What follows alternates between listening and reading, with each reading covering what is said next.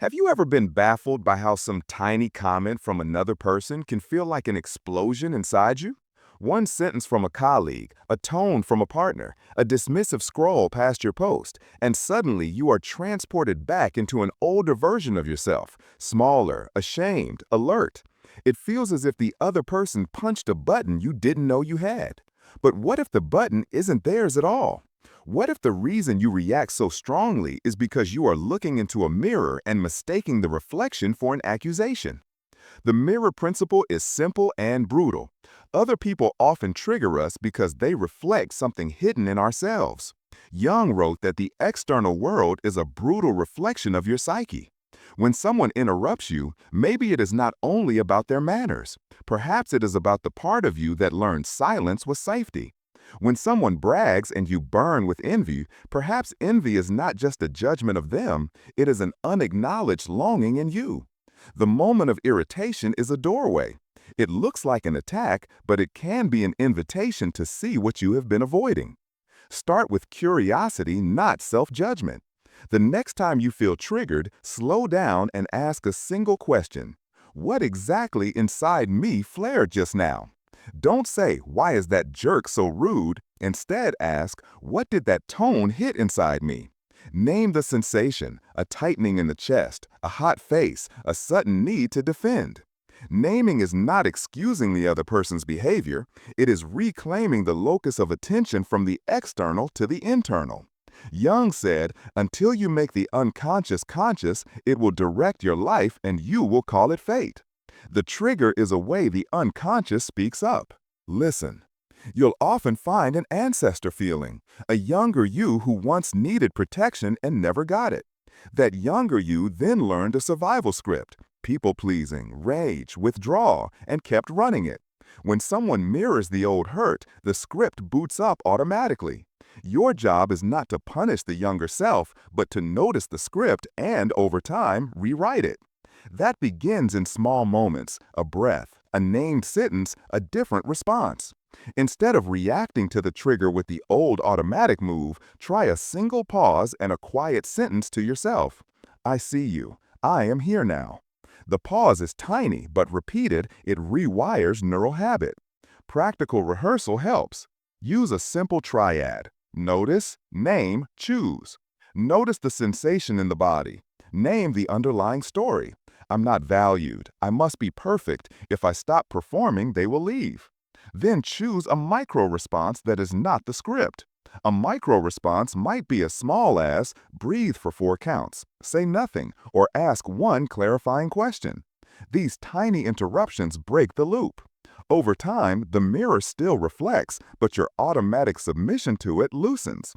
You become less driven by the reflected story and more capable of deciding how to act. Let's examine an example. A friend dismisses your idea in a meeting. Instantly, you feel judged and small. The internal script may be, "I must be seen as competent or I'm nothing." The mirror, the friend's dismissal, simply shows you where you carry insecurity. In that moment, instead of lashing out or collapsing, try saying to yourself, "This feels familiar. I learned to prove myself to be loved." Then choose a small, dignified action.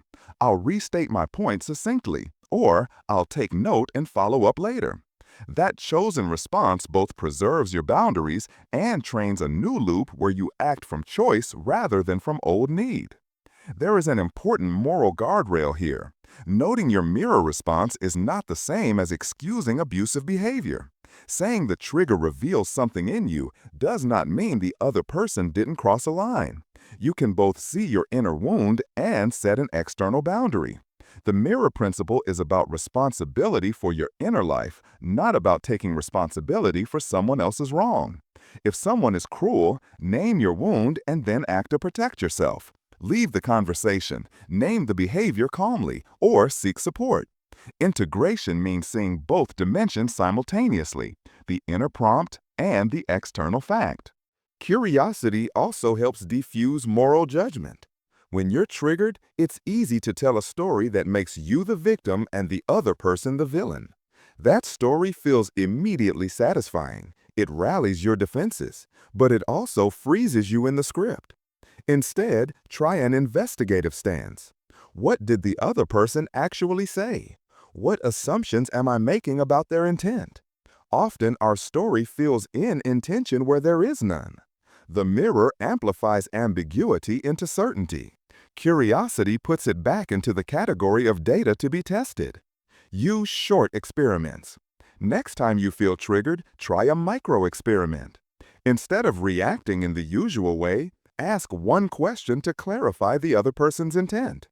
Can you say more about what you mean? Often turns a perceived attack into a conversation. Or if the context makes asking risky, experiment inwardly. When the trigger rises, take 3 calm breaths and silently label the pattern. Oh, old fear. Notice how this tiny move changes the story. Experiments create new neural evidence that you can respond differently.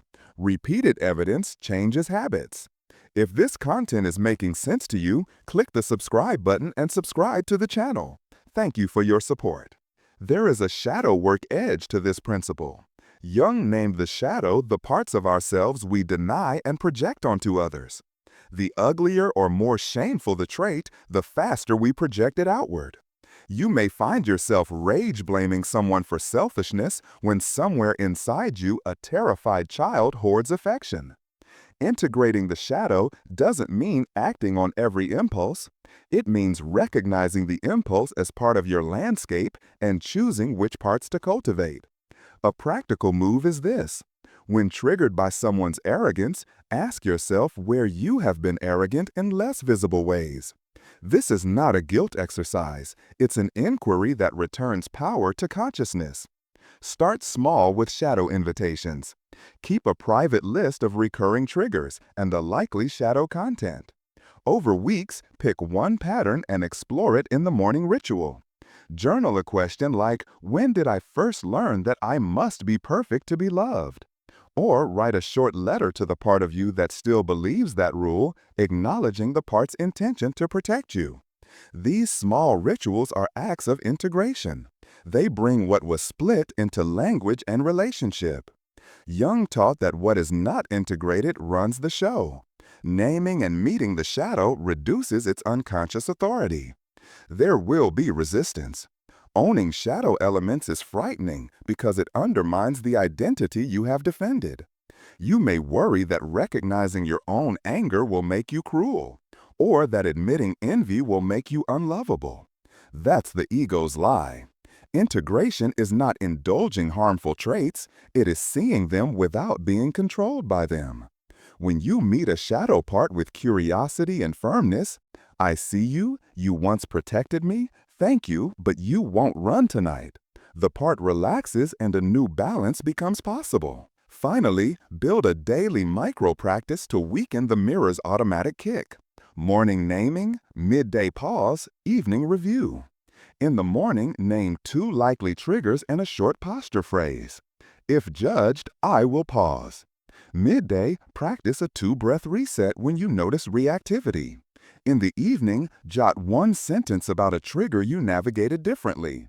What happened, what you noticed, what choice you made. This small data undermines the ego's dramatic claims. Proof beats panic. This is only the beginning. In the next part, we will map the typical mirror patterns, shame, envy, contempt, rejection, and give precise lines and micro-actions to use in each situation.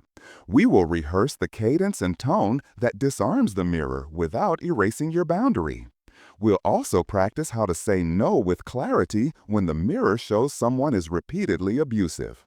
Are you ready to see your triggers not as enemies but as guides?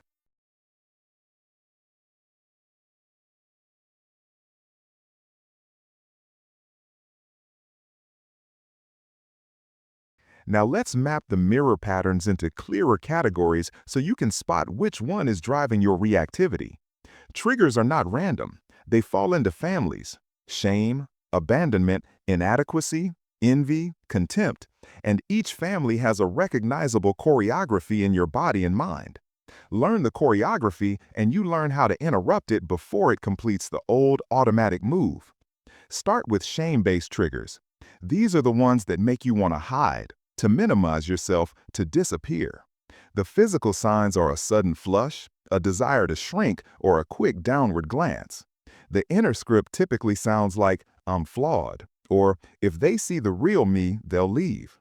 When someone criticizes you or points out a mistake and you feel your stomach drop, you are often meeting an old shame memory, the child who was punished for being imperfect. A practical micro-response. When the shame jolt arrives, pause and name the sensation. This is shame. It learned to survive by hiding. Say it aloud if you can. Naming softens the charge. Then practice one small corrective action. Offer a neutral, factual sentence about the situation. "I see the mistake, I'll fix it," and return to the task. The combination of naming plus minimal repair both soothes the younger part and prevents shame from running the scene. Next is abandonment-based triggers. These erupt when you perceive distance. Someone cancels, someone goes quiet, someone prioritizes another thing. The body tightens with panic or a hollow ache. The mind spins out prediction stories of desertion. The script might be, "If they leave, I won't survive." The mirror here is old attachment pain. The remedy begins with radical containment. Hold the sensation as information, not prophecy. Try the two-breath containment. Inhale for 4, exhale for 6, and say inwardly, "I am here. This is painful, but it is not the end." Follow with a concrete boundary or request if appropriate. "Can we schedule a time to talk?" Or a self-care step if the other is not available. This honors both your need and the reality that you cannot control another's choices. Envy and comparison triggers are common and subtle. Someone's success may feel like a cut because it reflects an unowned desire inside you. The body may feel tight in the chest with a small acidic sensation. The script? Why them and not me? The mirror shows desire, not moral failure. Quick practice.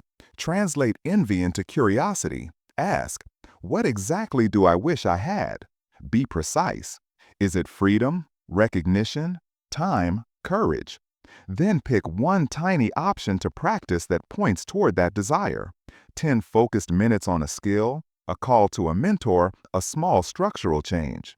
Translating envy into action converts the energy from accusation into information and fuel. Contempt and moral triggers often feel like righteous heat. Insult at someone's choices, disgust at perceived stupidity. The mirror can reveal a part of you that feels superior because it mistakes safety for virtue. Contempt protects a fragile self by pretending moral high ground. The physical sign is often a tightening in the jaw and a downward glance. The corrective is humility plus curiosity. Ask, "What do I fear losing if I admit I don't know?" Practice one disarming line in conversation when contempt rises. "That's interesting. Tell me more about why you see it that way." It diffuses the moral drama and invites learning instead of performance. Rejection sensitivity is a pattern of immediate catastrophizing. A text without an answer becomes proof of permanent loss. The body goes cold and the mind rehearses abandonment scenarios. The mirror here often holds a child who was left without explanation. The micro skills are first to delay meaning-making. Wait 3 hours before concluding. Cultivate a neutral hypothesis. Maybe they're busy. If the pattern persists, have the gentle conversation. "When I don't hear back, I get anxious. Can we find a way that helps both of us?" This moves the issue into the relational field rather than into your private panic. A practical exercise to build discrimination. Create a short trigger map in your ritual notebook. Column 1, the situation that triggered you. Column 2, the immediate body sensation. Column 3, the quick story your mind told. Column 4, the shadow content, what you suspect the mirror shows about you. Column 5, the micro response you will practice next time. Do this for 5 triggers over a week. The exercise transforms vague reactivity into concrete patterns you can train against. Small data beats vague drama. It gives you evidence you can act on. Tone and cadence matter when you respond outwardly. Triggers often provoke extreme volume, fast, loud, urgent speech. Learn a counter cadence, lowered volume, slower pace, measured breath. When you speak calmly, you reduce physiological escalation in both yourself and the other person. Practice the line, "I'm feeling triggered by this. I need a minute." Say it in a soft, steady voice. Most people will pause. Even if they don't, you changed your nervous system script and the mirror's reflex has less leverage. If the person is repeatedly abusive, the mirror principle does not demand endless introspection. It helps to ask what part of the interaction is projection and what part is real harm. You can do both. Note your inner wound and impose a firm boundary externally. "I won't accept that tone. We can speak differently or not at all." Integration means you stop being a passive mirror for ongoing abuse. Saying the boundary is an act of clarity that frees you from collusion and shows respect to the wounded parts inside you. Practice micro-rehearsals. Use role play in the mirror. Imagine a common trigger conversation and speak the practice line calmly. Rehearse the pause, the naming sentence, the micro-response. Muscle memory reduces collapse under pressure. The rehearsal doesn't have to be long. 2 minutes a day for a week changes the body's expectation. When the real trigger comes, your physiology will have a new pathway ready. Keep a daily small data log of mirrors. Each evening, note one moment you were triggered, what you sensed, and one tiny thing you did differently. Over 2 weeks, you will see the frequency shrink or the intensity lessen. That empirical rhythm weakens catastrophizing narratives because it shows progress in the registry, not just in sentiment. One final mirror move, practice the optional reframe. When triggered, ask, "What alternate meaning could this have that does not assume malice?" The habit of optional reframing buys time. It doesn't license inaction, it simply reduces the heat of immediate moral judgment so you can choose wisely. Experiment. The next time someone's tone feels sharp, test 2 hypotheses. 1, they meant to wound. 2, they were rushed, tired, or distracted. Which hypothesis allows you to act more skillfully? Over time, the second hypothesis often proves more productive, and your mirror becomes less accusatory and more informative. If this content is making sense to you, click the subscribe button and subscribe to the channel. Thank you for your support. In the next part, we'll give precise scripts for each mirror family, short lines you can use in real conversations, and we'll practice how to move from noticing to boundary setting without oscillating between blame and collapse. We'll also cover how to work with close relationships where triggers repeat and intimacy increases the mirror's power. Are you ready to learn the exact sentences that quietly change the dynamic?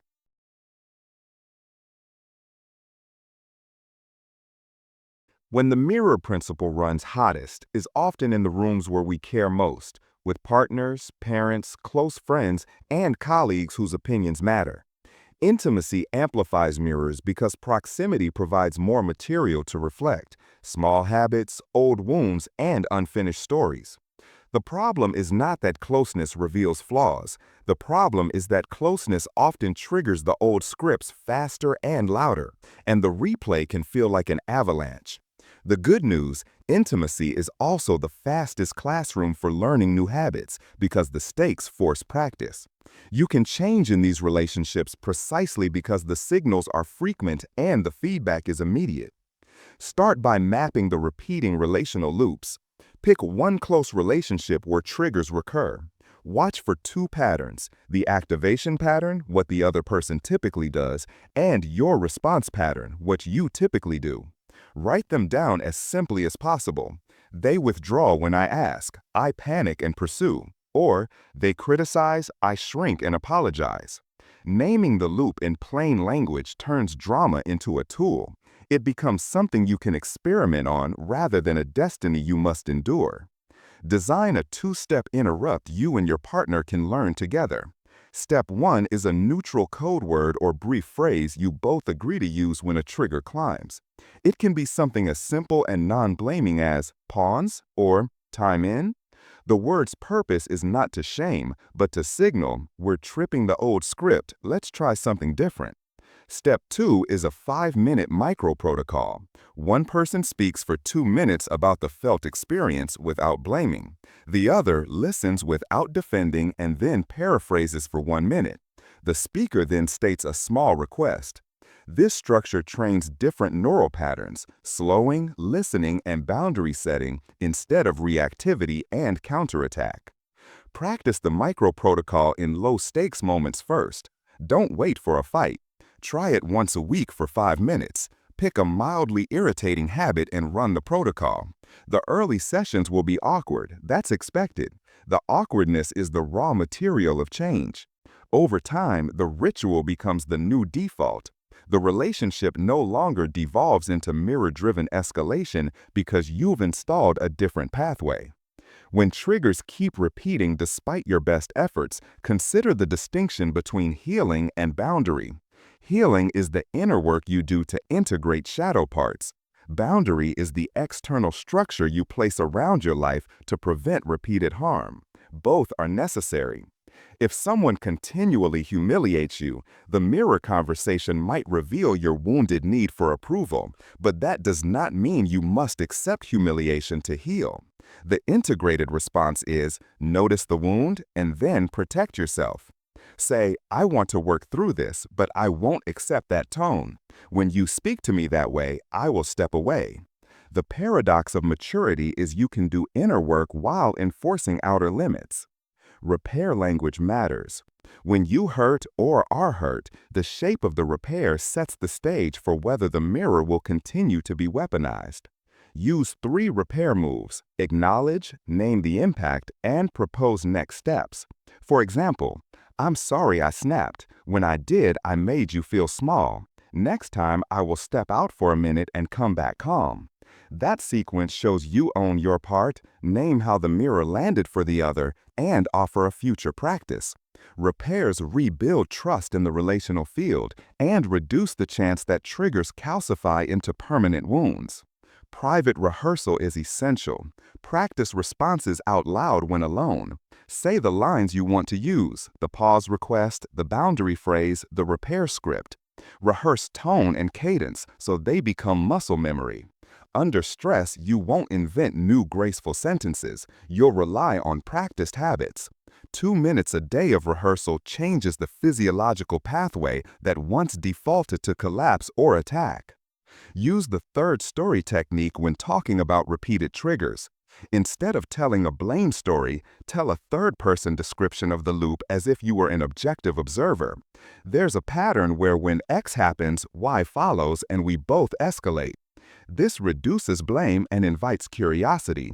It turns the problem into a shared object you can inspect together, rather than a mutual accusation. People are less defensive toward a problem when it is presented as something external to both of you. Invite feedback but specify form. Ask your partner to give observations rather than verdicts. Tell me one behavior you noticed and one change you'd like. Ask for specific examples rather than global judgments. Specific feedback is usable. Moralizing is corrosive. And agree ahead of time to a short listening window where neither side corrects. This is not the time to argue facts. It is the time to be seen. Recognize the power of small wins. Every time you interrupt a loop with a pause, a posture phrase, or a repair script, you create new evidence that you can be different. Keep a shared list of wins, tiny notes of days when the protocol worked. It becomes relational proof that change is possible. When partners see micro-evidence, cynicism softens and cooperation increases. When intimacy exposes deeper patterns, family of origin wounds for example, consider a guided container like couples therapy or a skilled mediator for a few sessions. The mirror often brings up material that predates the relationship. A neutral, trained third party can help translate old stories into present choices. Therapy is not a confession of failure. It is a practical way to get new tools into the room. Be wary of moralizing transformation. Growth is not a performance metric. It's a messy, halting process. If you or your partner fall back into old scripts, avoid turning relapse into a character indictment. Use the repair kit and the third story method. Say, we slipped into the old loop. What helped before? Let's try that again. Repetition, not perfection, is the engine of change. Finally, tend to your relational ecology. Mirrors operate within networks. families, friend groups, workplaces. Change one relationship and the surrounding field will respond. Expect a period of testing. Others may attempt to restore the old dynamics because those patterns once worked for them. Hold your new practices steady and watch the field adapt. Some relationships will reorganize around your new rhythm. Others will reveal incompatibility. Both outcomes are useful information. If this content is making sense to you, click the subscribe button and subscribe to the channel. Thank you for your support. In the next part, we'll give precise scripts for real-time use, short, calm lines you can say when shame arrives, when envy rises, when rejection looms. And we'll practice the exact cadence and somatic anchors that make those lines land. We'll also finish with a compact 30-day mirror retraining plan that turns these lessons into habit. Are you ready to learn the sentences that dissolve the mirror's bite and turn triggers into teachers?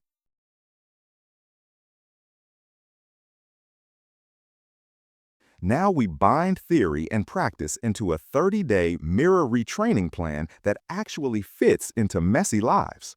This is not a retreat or a therapy certification. It's a straightforward, repeatable scaffold. Small daily moves, a weekly lab, and a monthly integration that together rewire how you meet other people's reflections. The goal is practical. Fewer hijacks, cleaner boundaries, more choice. Begin with the daily 3-minute core. Every morning, before your phone, do 3 things. 1. Name 2 likely triggers you expect that day, e.g., criticism, comparison. 2. Pick 1 posture phrase you will use if triggered. I see you not as a verdict, or I will pause and choose.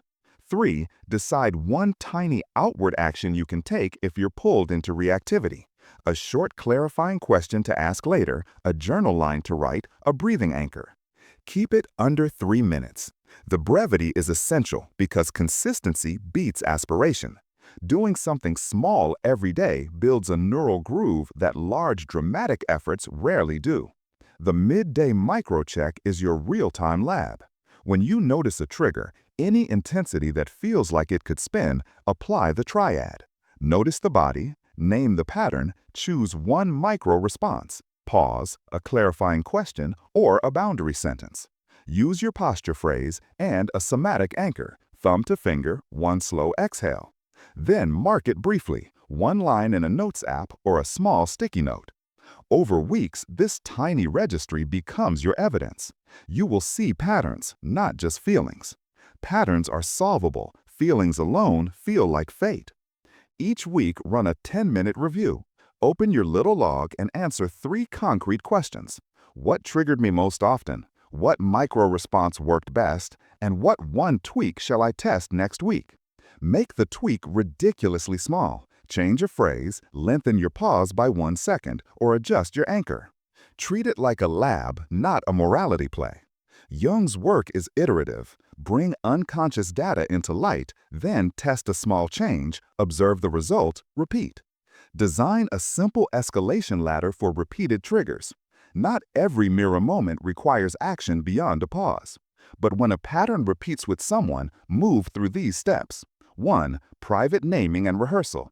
2. A brief boundary sentence in the moment. 3. A micro-protocol conversation, the 2-minute speak-listen, later. 4. If unchanged, a firmer boundary or contextual change, less time with the person, different topics, or structural limits. The latter balances willingness to repair with protection against perpetual harm.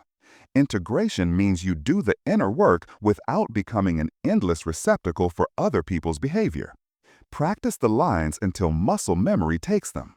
Here are fail-safe scripts you can copy and rehearse aloud. When shame rises, I'm feeling small right now. I need a minute. When envy burns, I notice envy. It's showing me what I want. When contempt appears, help me understand your view. I'm curious. When abandonment panic lands, I'm feeling anxious about distance. Can we schedule clarity? When someone is abusive, I won't accept that tone. We can continue when it's calmer. Say these lines under your breath at first, then practice them out loud in the mirror. Tone and pace matter. Slower, softer, steadier voices land better than louder defenses. The aim is to interrupt the auto loop, not to win verbally. Winning a battle with words only strengthens the old script's pattern. Work with a weekly partner drill. Ask one trusted person to run a 5-minute rehearsal with you once a week. One person plays your usual trigger briefly. The other runs the new response protocol. Debrief for 1 minute. These drills compress experience so your body remembers the pause and the line under mild pressure. The exercises don't need therapy-level intensity, they need repetition. Keep a simple mirror map of key relationships. Column 1, name. Column 2, typical trigger. Column 3, your usual reactivity. Column 4, your planned micro-response. Review this map each Sunday evening for 5 minutes and adjust. The map externalizes the pattern so it stops feeling like an internal moral failure and becomes a design problem you can solve. Plan for repair and return. If you blow it and react old-fashionedly, apply 3 fast steps. Pause, 1 breath, own 1-sentence apology that names impact, not excuses, and recommit 1 tiny concrete change right away. Quick repair dissolves shame spirals and keeps the relationship field alive for practice. Expect social weather. When you change, systems test you. People who benefited from the old dynamic may escalate to restore it. That's normal. Hold the scaffold, brief statement, practice line, follow through. Over time, those who want the healthier rhythm will adapt. Those who don't will reveal incompatibility. Both outcomes reduce confusion. You are not being mean by changing. You're being honest. Cultivate compassion for the parts that still react. Jung insisted that the shadow is not an enemy, it's an unintegrated protector. When an old script fires, thank the smaller self. I hear you, you protected me then. Say it silently, then return to the chosen action. This reduces inner conflict and accelerates integration because you're not warring with yourself, you're retraining the protector to a new role. Schedule 1 monthly integration session of 30 to 40 minutes. Use it to review your mirror map, read your logs, and write a short paragraph about what has shifted. Ask, what pattern reduced the most? What relationship changed? What micro-response needs more drilling? Then choose 1 new experiment for the next month. The monthly review is your compass. It prevents scattered, fleeting attempts and converts small wins into a coherent story of growth. Finally, anchor your practice with a closing commitment line you can use in the video and in your life. I will notice the mirror, not be controlled by it. If this concept is making sense to you, click the subscribe button and subscribe to the channel. Thank you for your support.